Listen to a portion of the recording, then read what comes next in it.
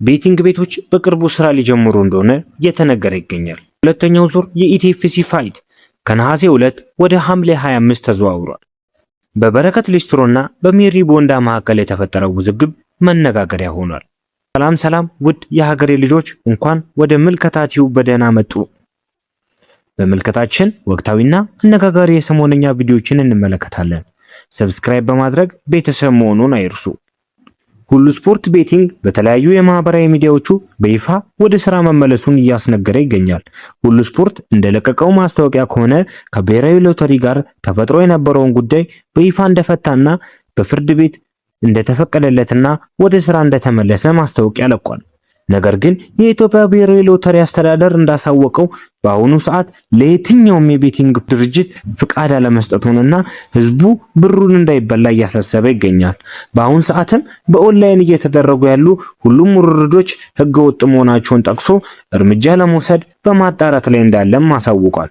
ስለዚህ እባካችሁን በማንኛውም የኦንላይን መንገድ ግን የምትጫወቱ ሰዎች እባካችሁን ከፍተኛ ገንዘብ ውስጥ ባለማስቀመጥ በማንኛውም ሰዓት ሊዘጋ ስለሚችል ጥንቃቄ መውሰድ እንዳትረሱ። በዚህ ሰዓት በተሰማ መረጃ መሰረት በኢትዮጵያ ህጋዊ የስፖርት ውርርድ የለም ተብሏል። በስፖርት ውርርድ ወይንም ደግሞ ቤቲንግ ድርጅቶች ገንዘባችሁን እንዳታጡ ተጠንቀቁም ተብላችኋል። የኢትዮጵያ ሎተሪ አገልግሎት በአሁኑ ወቅት በኢትዮጵያ ውስጥ ህጋዊ ፈቃድ ተሰጥቶት አገልግሎት የሚሰጥ ማንኛውም የስፖርት ውርርድ ድርጅት የለም ሲልም አሳውቋል። በቅርቡ አንዳንድ ድርጅቶች በማህበራዊ ሚዲያ የሚያሰራጩት መረጃ ከእውነት የራቀ መሆኑን ገልጾ ህዝቡ በህገወጥ ድረገጾችና ማህበራዊ ሚዲያዎች ላይ ገንዘቡን እንዳያስቀምጥ በጥብቅ አሳስቧል። ባሳለፍነው ሳምንት እንዲሁ ሌላኛው መነጋገሪያ ሆኖ የከረመው ጉዳይ በበረከት ሊስትሮና በሜሪ ቦንዳ መካከል የተፈጠረው ውዝግብ ነበር። አሁን ላይ ብልጥ ልጅ የያዘውን ይዞ ያለቅሳል የሚባለው አባባል ተረት ሆኖ ቀርቷል። በረከት በችኩልነትና በሰዎች ምክር በእጁ የገባው ወርቅ አጥቷል። ነገሩ እንዲህ ነው። ሜሪ በአዲስ አበባ ታዋቂ ቦንዳ ቤት ያላት ሰው ነች እና በቲክቶክ አንድ ቻሌንጅ ይዛ ትመጣለች። እሷም የቲክቶክ አካውንቴን ወይም ሜሪ ቦንዳ የተሰኘውን የቲክቶክ አካውንት አሁን ካለበት 126000 ፎሎወር ወደ 226000 ፎሎወር ማለትም 100000 ፎሎወሮችን እጨምራለሁ ብሎ ቻሌንጁን የሚቀበል ካለ ይህን 1.5 ሚሊዮን የሚያወጣ ቦንዳ ቤት እሸልማለሁ አለች።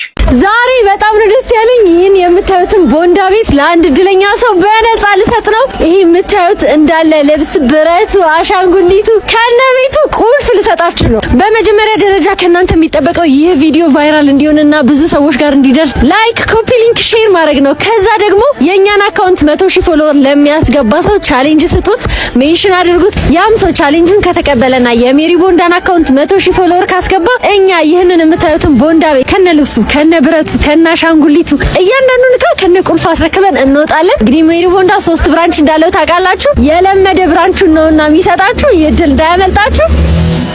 ይህንን የሰማው ሊስትሮ ጠራጊው ቲክቶከር በረከትም ቻሌንጁን ተቀበለ። በረከት ሊስትሮ ሲጠርጋ ሳምሮ ሊቀየር ነው ወደ ቦንዳ ኑሮ።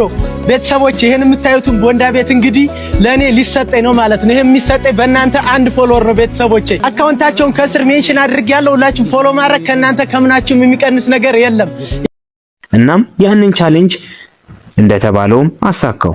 እሷም ና እንካ ተረከም ማለት። በረከት ግን ቁልፉን ሊቀበል ብቻ አልነበረም የሄደው ባለሙያ ይዞ ለንብረት ቆጠራ ነበር ሄደው። በጣም ደብሮኛል፣ በጣም ከፍቶኛል። ቤተሰቦች ተስፋ ሰጥተው ተስፋዬን አጨልመውታል። እንደምታውቁት ሜሪ ቦንዳ የሰጠውን ቻሌንጅ ሁላችሁም ታውቃላችሁ። ሁላችሁም ተባብራችሁኛል።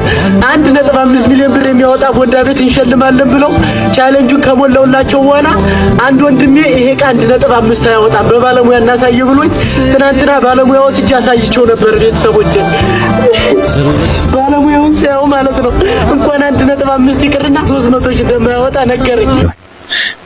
ባለሙያው ይሄ ቦንዳ ቤት ቢበዛ 300,000 ቢያወጣ ነው ሲለው፣ በረከትም ይሄ ቤት የተባልኩትን ወይም የተነገረኝ ቤት አይደለም፣ በጣም ያነሰ ነው፣ አልቀበልም አለ። ነገር ግን በረከት ይህንን ሲል ቀጥታ ሄዶ ይህንን ቅሬታውን ቻሌንጁን የሰጠችው ሜሪን በማናገር አልነበረም ያደረገው። ይልቁኑ ላይቭ ገብቶ በቲክቶክ ነበር የለቀቀው።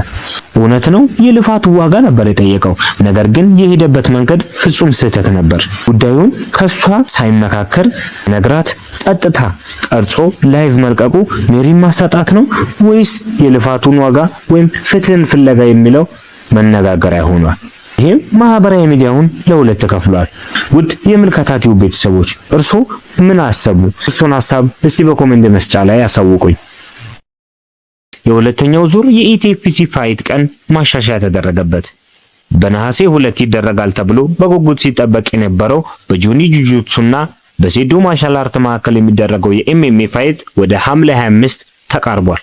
የውድድር አዘጋጅ የሆነው ጌታቸውም ይህንኑ የቀን ለውጥ አሳውቋል። ትልቅ ማስተካከያ ስለ ውድድሩ ቀን ነሐሴ 2 ነበር ያለን የነበረው። ነሐሴ 2 ደግሞ ፍልሰታ ስለሆነ የጾም ጊዜም ስለሆነ ወደ ሐምሌ 25 አዘዋውረነዋል ማለት ነው። ኖርማሊ ሐምሌ 25 ብለን ነበር ያሰብነው፣ በስህተት እንደሆነ እንድታቁልን ነው። ይሄው ነው ሰው ውድድሩ ቀን የሚሆነው ሐምሌ 25 በአድዋ ሙዚየም የአድዋ ፋይት ናይት። ሴዶም በቅርቡ በዱባይ እግሬን ተጎድቻለሁ አልወዳደርም ማለቱም አይዘነጋም። አብዛኛው ህዝብ በሴዶ በተደጋጋሚ የፍርሃት መግለጫዎች ስለተማረረ ሴዶ ሲቀጠቀጥ ለማየት በጣም ጓጉቷል። ነገር ግን የፈሪ ዱላ አያደርስ ነውና ነገሩ ሴዶ ከዚህ በፊት በማንኛውም ፋይት ውድድር ላይ አይተነው ስለማናቅ ስትሬንግዙን ስለምናቀው ይሄ ነገር ለጆኒ ቀላል ይሆንለታል ተብሎ አይታሰብም። እንግዲህ የኢትዮጵያ ህዝብ ይቅርታ አድርጉልኝ፣ ምንም ማድረግ አልችልም። ትላንትና እቀብጣለሁ ብዬ ሞተር እነዳለሁ ብዬ እግሬ።